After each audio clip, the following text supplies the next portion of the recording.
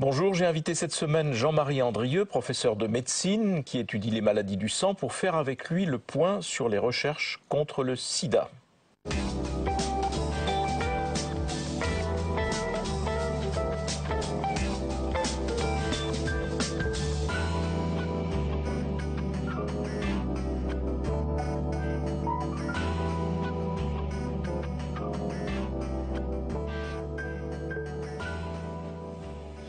Jean-Marie Andrieux, bonjour. Bonjour. Merci d'être là. Vous êtes professeur de médecine dans une spécialité qui s'appelle l'hématologie, c'est-à-dire les maladies du sang, et vous avez un laboratoire de recherche à l'université Paris-Descartes, Exact. à Paris. Alors, je vous avais déjà invité il y a quelque temps. Vous aviez ébauché quelques-unes des pistes qui étaient en cours pour rechercher un vaccin contre le sida. Ces pistes, certaines se révèlent être de faux espoirs, d'autres des espoirs plus sérieux. Donc, nous allons évidemment parler de cela, et notamment des pistes que vous explorez vous-même avec votre laboratoire. Auparavant, on va peut-être rappeler quelques éléments sur le sida. Ça fait 30 ans. Oui, ça fait 30 ans. 34 millions de personnes infectées. Actuellement, oui. Actuellement.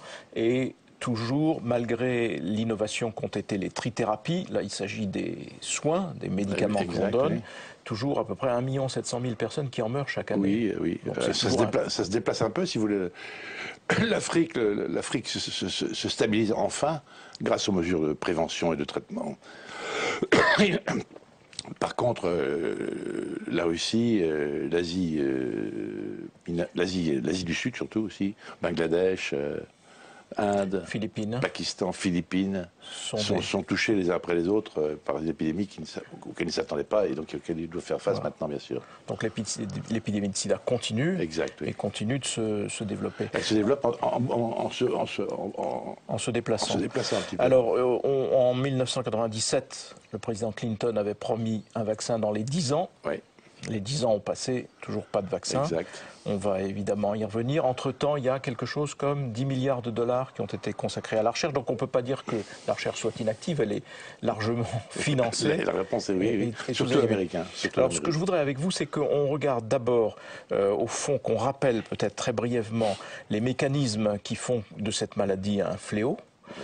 Qu'on regarde ensemble les pistes qui sont... D'accord. Voilà. Et ensuite qu'on regarde les espoirs, s'il y en a, de déboucher sur un vaccin ou non. Parfait, oui. Parce qu'on est toujours évidemment dans cette quête éperdue d'un vaccin. Pourquoi donc est-ce que cette maladie est-elle si... quels sont ces mécanismes qui font que quand on attrape la grippe, on produit des anticorps qui finissent par affaiblir la grippe, et là les anticorps ne marchent pas. C'est ça prenez plutôt la grippe, prenez plutôt une chose simple comme la poliomyélite. Donc la poliomyélite, vous attrapez le virus par la voie orale.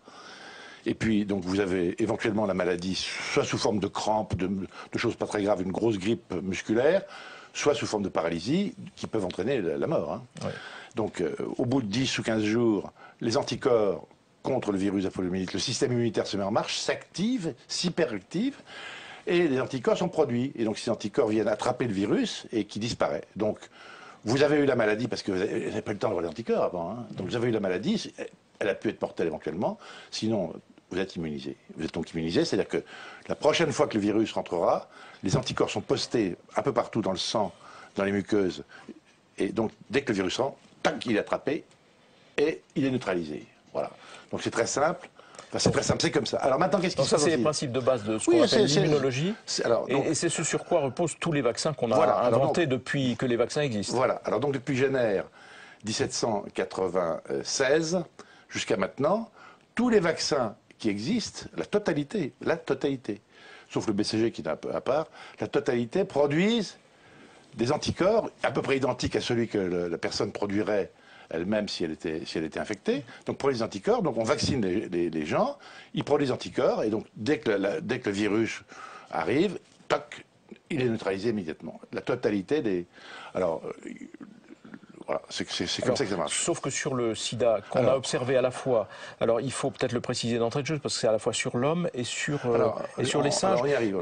Ce système des anticorps à la fois existe mais ne marche pas. Alors, donc si vous voulez, chez l'homme, on a ensuite essayé, d'abord chez l'homme. Donc chez l'homme, il se passe la même chose. Le virus rentre par voie muqueuse, hein, soit digestive dans la mère à l'enfant, en tétant, soit sexuelle, soit rectale. Donc, il rentre à travers les muqueuses, il rentre. Et puis là, il fait le même travail. Il va dans ces cellules T4 qui sont les cellules cibles, qu'il active. Donc ces cellules T4 sont hyper activées, et le virus s'y multiplie, et puis ensuite, il va un peu partout dans d'autres cellules T4, et il envahit le corps entier. Voilà, ça c'est ce qui se passe. Les anticorps arrivent vers le 10e jour, à peu près, commencent à arriver vers le 10e jour. Oui, à peu près vers le 10e jour. Au début, et puis d'autres cellules qu'on appelle les cellules cytotoxiques, mais enfin, faisons simple avec les anticorps. Les anticorps se saisissent du virus qui circule, essaient de l'attraper, et en attrapent une partie, simplement une partie, à peu près, mettons, un moitié ou un quart, ou les trois quarts. Mais l'autre moitié ou l'autre trois quarts subsiste, et donc entraîne une maladie chronique qui sans traitement, évolue vers la disparition de ces fameuses cellules T4, la disparition de l'immunité en 5 ou 10 ans. Fort heureusement, il y a la trithérapie qui interrompt maintenant la chose. Et voilà ce qui se passe. Alors, donc, pourquoi c'est comme ça? Eh ben, c'est parce que, si vous voulez, le système immunitaire n'est pas capable. Le virus mute très vite et le système immunitaire court toujours après. C'est-à-dire que faire des anticorps, ça prend un peu de temps de faire des anticorps. Oui, produire des anticorps, c'est quand on devient séropositif. Voilà, exactement. Mais le fait d'être séropositif, j'allais dire entre guillemets garanti, donne une certitude, c'est qu'on aura la maladie. Elle va se développer. C'est la grande différence avec les autres. Si on n'est pas traité, on aura dans 99,5% des cas la maladie. C'est ce qui différencie donc d'avec les autres systèmes d'anticorps. Parce que les autres, c'est des maladies aiguës. Donc elles sont aiguës parce que les anticorps sont là et qu'ils arrêtent la maladie. La maladie est chronique parce que les anticorps n'arrêtent pas la maladie. Voilà. Alors donc depuis 30 ans donc on cherche un vaccin. Alors, on va regarder ensemble les différentes pistes de recherche. Auparavant, juste repréciser une chose qui est importante mais qu'il faut bien avoir en tête. S'agissant du développement du virus du sida, il est rapide, possible et dévastateur parce que il y a des cellules que nous avons dans le sang qui s'appellent les cellules T4 et qui sont activées donc activées par le virus. Voilà, qui sont la cible du virus. Se met dans ces cellules. Elles ont deux possibilités. Soit elles sont déjà activées. Par exemple, c'est pour ça que l'épidémie est plus importante en Afrique où il y a un climat tropical, où il y a beaucoup d'autres maladies potentielles. Donc les cellules T4 peuvent déjà être activées. Donc là, le virus rentre comme dans du beurre, comme on dirait. Donc le virus rentre très simplement. Et puis ensuite, si les cellules ne sont pas activées ou celle-là n'est pas activée, le fait qu'il pénètre et qu'il commence à se repliquer, l'enveloppe du virus, parce qu'il enveloppe un virus, vient activer le système. Donc soit le système, soit ces fameuses T4 ou CD4 sont déjà activées, soit elles s'auto-activent par le simple fait de la réplication du virus. Voilà, alors il faudra garder ça à l'esprit parce que tout à l'heure on y reviendra. Alors, donc, dans les recherches qui sont faites et financées et sur lesquelles évidemment on a fondé et on va voir avec vous si on peut continuer de fonder beaucoup d'espoir, la première chose qui vient à l'esprit c'est la piste classique. On va rechercher un vaccin par les voies classiques de l'immunologie. Donc on va essayer que la production d'anticorps soit à ce point, j'allais dire, massive et puissante que le virus soit tué. Donc ça c'est la première piste. Est-ce qu'elle a une chance? D'abord, comment elle se développe cette piste de recherche? Est-ce qu'elle a une chance de succès à vos yeux ou non Écoutez, cette piste-là, elle est à la fois, c'est la seule qui existait au fond jusqu'à il y a peu de temps. Et donc elle était très complexe puisque les chercheurs savaient eux-mêmes que la maladie est chronique, c'est-à-dire que les anticorps n'arrivent pas à attraper la grande partie des virus qui continuent à se multiplier. Donc ils le savaient, les chercheurs, ça, ils le savaient. Donc ils se sont dit, qu'est-ce qu'il faut faire? On va essayer de trouver un système, de bricoler un système où notre vaccin, il va les attraper tous, ces virus. Donc alors, on a utilisé tout l'armement de la biotechnologie la plus sophistiquée pour essayer de trouver un antigène, c'est-à-dire une simulation du virus qui, quand on l'administre à l'homme et on l'injecte, va produire des anticorps qui attraperaient tout le monde. Alors jusqu'ici, 100% d'échecs. D'accord? On a essayé, réessayé. Alors on n'essaie pas comme si, on essaie comme ça, on essaie comme si, 100% d'échecs, y compris dans des grands essais thérapeutiques. Alors justement, la nouveauté, c'est qu'il vient d'y avoir un très gros essai aux États-Unis, et où on s'est aperçu qu'avec cette méthode classique, donc j'allais dire d'inoculation du vaccin traditionnel, en espérant qu'il fasse voilà, enfin. Alors il faut je veux dire, ça provoque plus de dégâts que ça ne. Avant ça, il faut expliquer. Il y a une stratégie qui est l'une des principales qui va peut-être produire quelque chose, c'est que nos amis, nos collègues, les chercheurs, ont trouvé chez certains patients africains, qui donc évoluent comme tout le monde, malheureusement, en dehors de la trithérapie, ils ont trouvé des anticorps, parce qu'ils ont disséqué tous les anticorps d'un individu. D'accord? Celui-là a des anticorps contre ci, celui-là contre ça, celui-là contre ci, celui-là contre ci, tel morceau du virus, etc. Donc ils ont trouvé des anticorps qui s'appellent Broad Neutralizing Antibodies, ça veut dire anticorps neutralisants larges. Ils ont trouvé qu'il y avait un anticorps spécial, qui avait trouvé chez une ou deux personnes.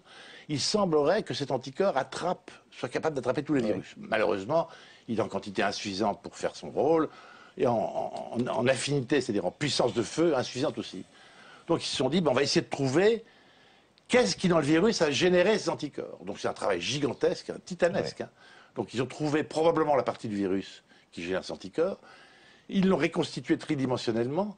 Et donc maintenant, on va arriver potentiellement dans les années qui viennent, ça va encore prendre du temps, à essayer de voir si on ne peut pas, en administrant ce petit morceau de virus qui est susceptible de donner ces anticorps largement neutralisants, si on n'aura pas la clé du système. Donc voilà, donc ça c'est une des méthodes. Quand même un espoir. Même si jusqu'à présent tous les essais qui ont été faits, qui ont pu être faits, ne sont pas concluants. Voilà, il y a cet espoir-là, et puis il y a un deuxième espoir que je vais vous donner, qui est assez intéressant aussi, c'est qu'en dehors des anticorps, il y a ce qu'on appelle les cellules cytotoxiques. C'est-à-dire que les cellules cytotoxiques, ce sont des cellules, T8, on s'en fiche, ce sont des cellules qui viennent se mettre sur les cellules infectées et les détruisent. Oui.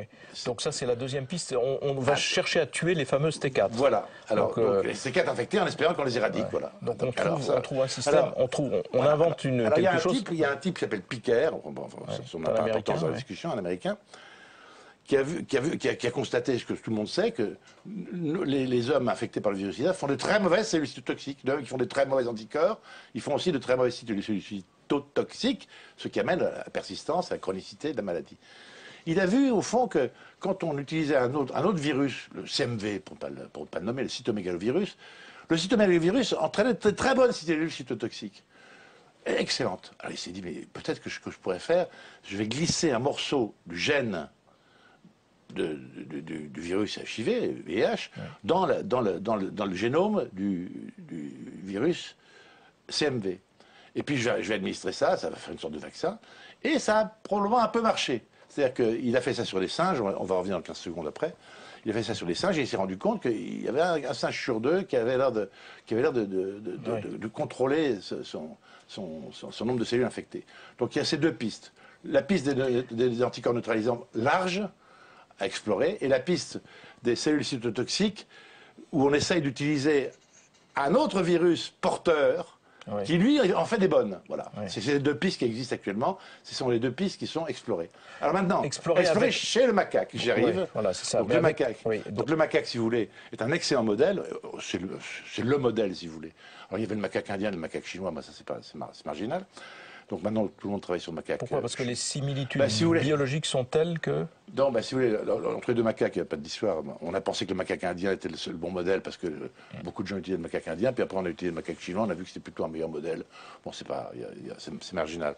Mais le virus du macaque, qu'on appelle SIV, Simian Immunodeficiency Virus, est l'équivalent du HIV chez l'homme, et le macaque est l'équivalent de l'homme.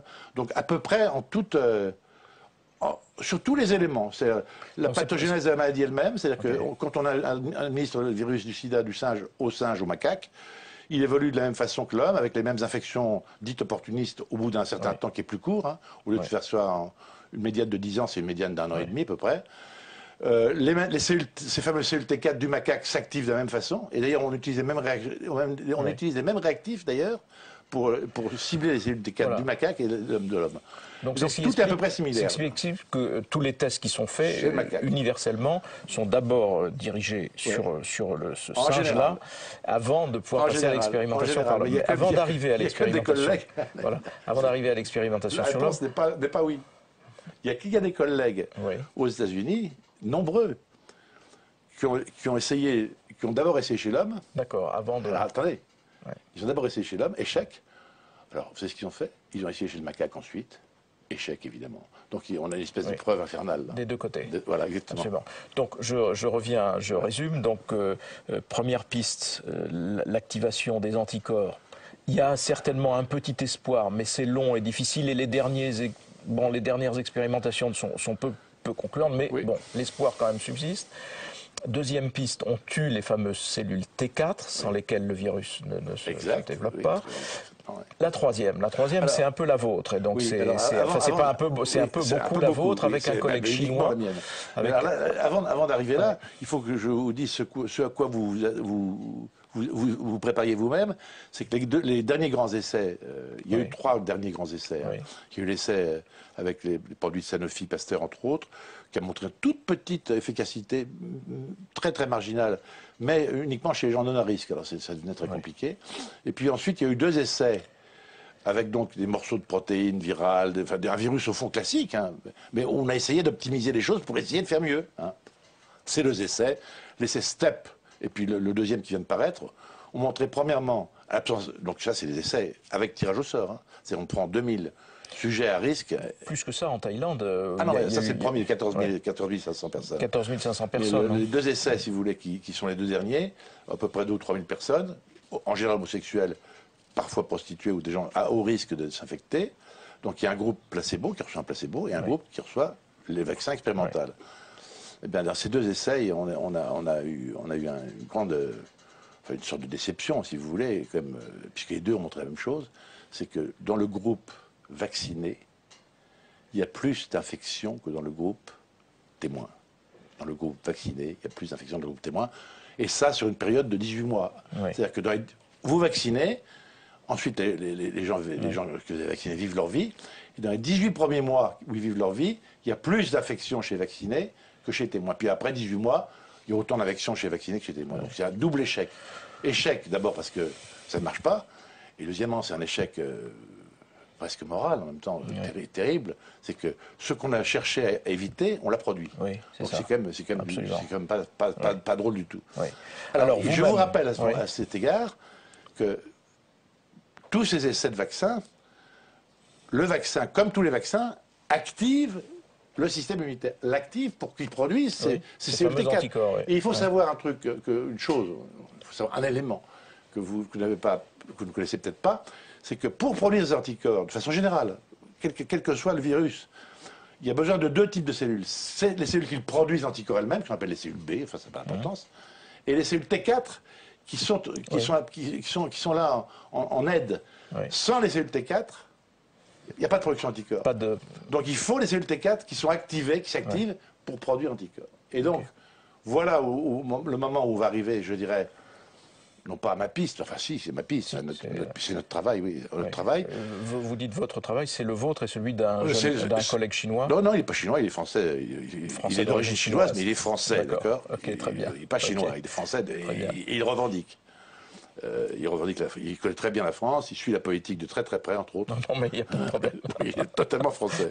Il compare la France et la Chine sans arrêt, en balançant les avantages et les inconvénients d'un régime totalitaire tel que celui qui existe là-bas. Alors enfin bref, donc si vous voulez...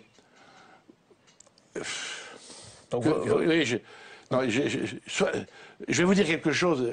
Voilà. Donc, depuis... Moi j'ai commencé dans le sida en 85, ça fait donc 28 ans. Voilà. Ma première idée, la seule idée que j'ai eue, parce que j'en ai pas eu beaucoup d'idées, on n'a pas beaucoup d'idées, hein, vous savez. La seule idée que j'ai eue, j'ai dit, mais non, un chien, on ne savait rien de tout ça. Hein. J'ai dit, mais pour que le virus se multiplie, il faut quand même que ces fameuses T4 soient activées. Et sans énergie, on ne voit pas très bien un virus se multiplier comme ça dans une cellule parfaitement tranquille et quiescente. Donc, nanti de cette idée rustique, je dois vous dire, mais enfin, qui a accompagné ma vie professionnelle depuis 28 ans, on a d'abord essayé de voir comment on pourrait faire avec des substances qui suppriment l'immunité, c'est-à-dire qui empêchent l'activation. Avant de revenir à tout ce parcours, il faut dire d'un mot ce qu'est votre piste actuelle, c'est-à-dire d'inhiber au fond ces fameuses cellules T4. Et de vous dire, alors, c'est d'inhiber l'activation. Voilà. Donc vous ne les tuez pas, contrairement à la deuxième piste qu'on a évoquée tout à l'heure. Vous les inhibez, vous les neutralisez. Si vous voulez, et vous les neutralisez par un vaccin. Voilà. C'est ça qui est... Il faut comprendre, si vous voulez, une chose tout à fait étrange et nouvelle. Vous savez, une trouvaille scientifique, certains pourraient appeler ça une découverte. Hein. Il y a beaucoup de hasard, hein. Il y a du désir de très longue durée, et puis il y a des hasards de trouvailles. Hein. Sauf que quand vous tombez dessus, vous comprenez tout de suite de quoi il s'agit. C'est ça le grand truc, hein. C'est que vous comprenez tout de suite de quoi il s'agit. Donc on a vacciné des singes On les a vaccinés presque pour s'amuser en sachant que ça ne marcherait pas. Puis ça a marché. C'est-à-dire qu'en mettant du virus inactivé plus une bactérie tout à fait commune qu'on appelle le lactobacille, il y a plusieurs sortes, parfois il y en a qui sont en pharmacie pour les troubles digestifs, plus du lactobacille à forte dose, et par la bouche, hein, c'est un vaccin oral, eh bien on a pu mettre en évidence, alors on a fait ça d'abord, et puis on a regardé, on a ensuite infecté les singes, contrôle, il y en avait 16, chez les animaux vaccinés il y avait 16 singes, 15 singes ont été protégés, totalement protégés. Ils n'ont pas produit d'anticorps, zéro anticorps. Ils n'ont pas produit de cellules cytotoxiques, zéro cellules cytotoxiques. Par contre, pas de virus, zéro virus. Donc bien sûr, tous les témoins se sont infectés normalement. Donc face à cette observation, je dirais, extraordinaire, vraiment non ordinaire, tout à fait unique. Donc on a commencé à creuser le système et on s'est aperçu que ce vaccin oral entraînait la production de cellules spéciales du genre T8, mais enfin qu'on a nommé. Appelons les T8. Voilà. Appelons les T8 pour commencer, qui ne sont pas tueuses. Ces T8 viennent se fixer sur les T4. Sur les T4 en train de s'infecter. Parce que si vous voulez, si ça se fixe sur toutes les T4, vous allez abîmer votre immunité. Donc là, ça se fixe sur les cellules qui sont en train de s'infecter. Elles les reconnaissent, parce que c'est un vaccin, donc elles les reconnaissent, elles s'accrochent à ces cellules-là, et elles leur font savoir. Elles les neutralisent. Non, elles leur donnent l'information, reste quiescente, ne t'active pas. Donc la cellule reste quiescente, elle est bloquée par cette cellule qui vient se coller à elle, très probablement, parce que avec les résultats, on imagine comment ça se passe. Et donc le virus ne peut pas aller au-delà dans le cycle de réplication, et comme il ne peut pas aller au-delà, c'est ce qui passe, il est dégradé, il meurt. Donc ça aboutit au fait que c'est une piste maintenant qui est... Alors c'est une piste qui devient très sérieuse, parce que vous citiez une expérimentation sur les singes en Chine, c'est pourquoi je pensais que votre collègue d'origine chinoise était chinois, parce que vous aviez un laboratoire en Chine. Exact. Donc il y a eu ces premières expériences, il y a la fondation Bill Gates qui vous a sollicité pour faire toujours sur des singes. Non, avant ça, j'allais dire, une validation du set, et avant cela, vous avez été validé, enfin ces tests ont été validés par l'Institut Pasteur. Si vous voulez, je dois vous dire la vérité, ces résultats sont extraordinaires. Ils ne sont pas ordinaires du tout. Ils sont tout à fait nouveaux. C'est le premier vaccin qui ait jamais existé qui ne produit pas d'anticorps. Donc c'est une nouveauté absolue. Donc devant une nouveauté absolue, vous êtes vous-même dans l'étrangeté. Hein. Personne n'est habitué à la nouveauté absolue. Personne, quelle qu'elle soit. Donc si vous voulez, d'abord on a fait sur 8 singes, on a refait sur 8 singes. Donc c'est pour ça que je vous dis que ça fait 16 singes. Et ensuite, on a publié ça avec difficulté. C'est-à-dire qu'on l'a envoyé aux très grandes revues qui ont dit, voilà, on ne sait pas si c'est de l'escroquerie. Les gens étaient terrorisés par un résultat comme ça. Ça n'est jamais arrivé. Hein. Donc finalement, c'était publié dans une très très bonne revue quand même. Et puis, j'entendais les commentaires quand même. Alors les commentaires, je vous les donne en anglais. Enfin, tout le monde comprendra. Too good to be true. Too good to be true. Trop beau pour être vrai. Il y a something is bizarre in that. Il y a quelque chose de bizarre. Alors, nanti de ce bruit de fond, et qui ne me dérangeait pas, je le comprends parfaitement, hein. J'ai demandé au président de mon université, M. Dardel, et au président du conseil scientifique, M. Maroulot, de mon université Paris-Descartes, je leur ai dit, écoutez, est-ce qu'on peut faire quelque chose pour faire valider ces résultats par un groupe indépendant?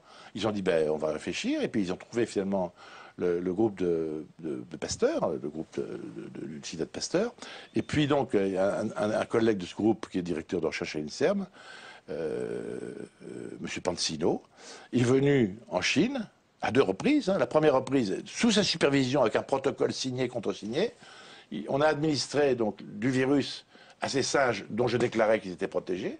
Alors on l'a administré le virus. Alors, on était tous là à regarder, hein. Tout ça était très très précis, avec les numéros, des machins, des trucs. Et puis il est revenu 3 semaines après, ça fait encore 20 heures d'avion, je vous signale. Il est revenu encore 20 heures d'avion. Non, il a fait un effort, hein, c'est sympathique. Hein. Donc il est revenu 3 semaines après. Et là, le sang a été prélevé sous ses propres yeux, mis dans les tubes sous ses propres yeux. Et ensuite, on a mesuré le virus par les technologies qui sont appropriées. Et pas de virus. On a fait 7 singes dont on savait qu'ils étaient protégés.